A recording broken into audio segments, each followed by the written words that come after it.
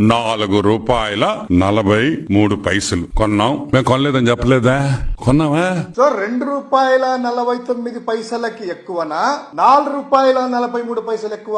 ₹4.43 కొన్నాము అంటున్నారు కదా. అంటే ₹3.47 నుంచి ఆవరేజ్ గా ₹5.90 మీరు కొని, జగన్ గారి హయాంలో ₹2.49 విద్యుత్ కొని ఎవరి ద్వారా? సెకీ సంస్థ.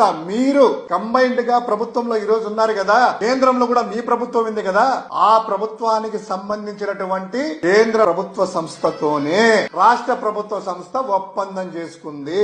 దానితో కాదే మేము చేసుకుంది, మీలాగా ప్రైవేట్ విద్యుత్ సంస్థలు కాదే.